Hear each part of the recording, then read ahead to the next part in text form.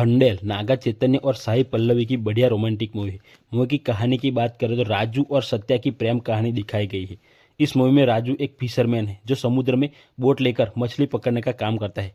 राजू मछली पकड़ने के लिए गुजरात के एक पोर्ट पर काम करता है, जिस वजह से राजू और सत्या की प्रेम कहानी में बहुत दूरी आ जाती है। राजू 2-3 महीने में एक बार गाँव में आता है, जिसके कारण सत्या उसको बहुत याद करती है। राजू समुद्र के बीच होता है, जिसके कारण मोबाइल का टावर आता नहीं है, जिस वजह से वो दोनों में अच्छे से बात नहीं हो पाती है।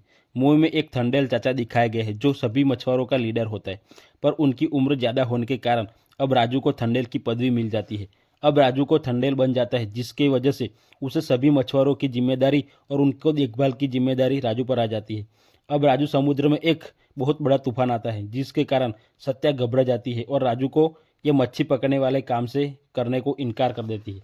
वो राजू को वादा करने के कहती है, पर राजू थंडेल होने के नाते सत्या को छोड़कर समुद्र में चला जाता है, जिसके कारण सत्या नाराज हो जाती है और एक दूसरे लड़के से शादी करने का फैसला कर लेती है। वो अब राजू को आने वाले कॉल को भी रिजेक्ट कर देती है। अब दूसरी तरफ राजू की बोट मछली पकड़ते पकड़ते पाकिस्तान की बॉर्डर में चली जाती है और उनको पाकिस्तान में पकड़ लिया जाता है। अब उनको गांव वाले बड़े परेशान हो जाते हैं।